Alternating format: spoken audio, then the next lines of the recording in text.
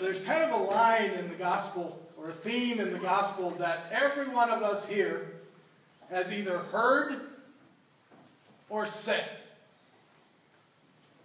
Are we there yet? There's not a parent here tonight who hasn't heard that. And there's not a parent here tonight who wasn't a kid who said that. Are we there yet? Sometimes it seems like the journeys we go on in life just never end. Are we there? We've been talking about it and talking about it. We've been driving for mile after mile. Please let it be an end. Tonight, we hear Jesus accept that his hour has come. Earlier in the Gospel of John, people will ask him to do things.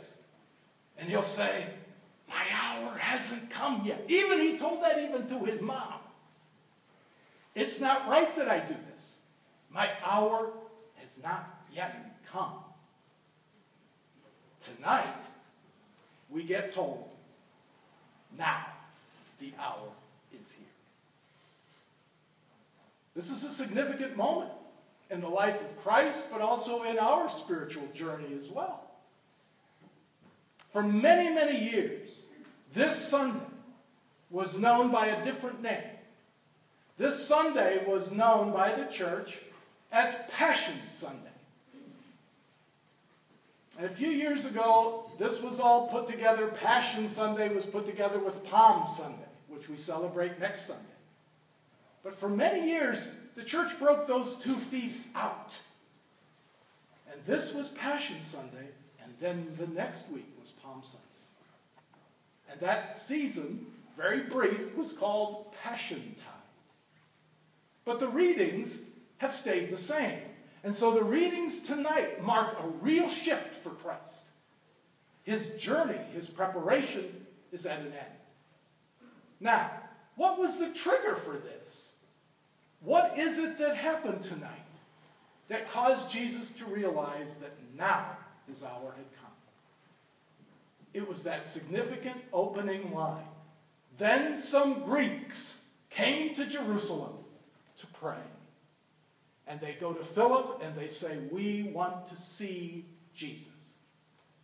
And that word see in the Gospel of John is always used in a very special way. The ability to see goes deeper than just physical seeing. It wasn't like they were asking Philip for an appointment to see Jesus.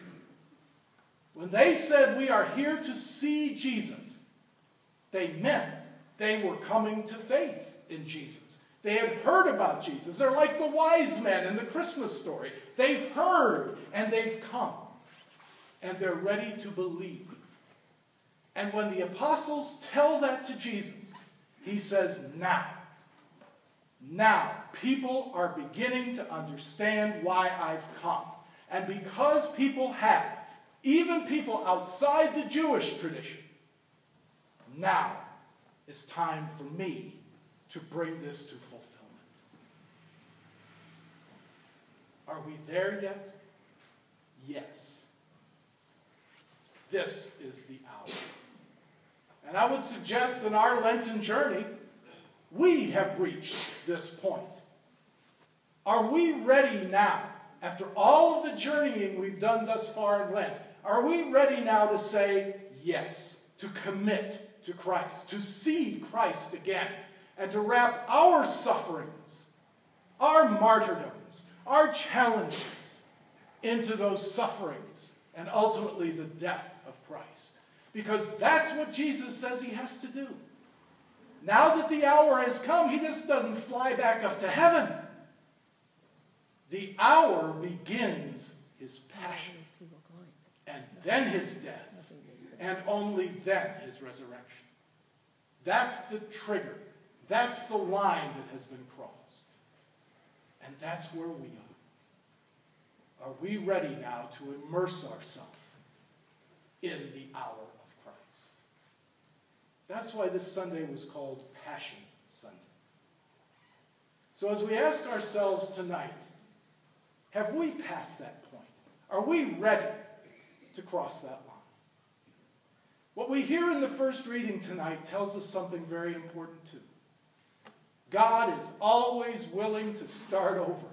He's always willing to enter into a new phase, a new relationship, a new covenant with us. And he said there's going to be something new in this relationship with Christ. Instead of being something that we enter into from the outside, we have other people telling people what to do. The new covenant's going to come from within. We are going to realize from within our very hearts themselves who we are in Christ.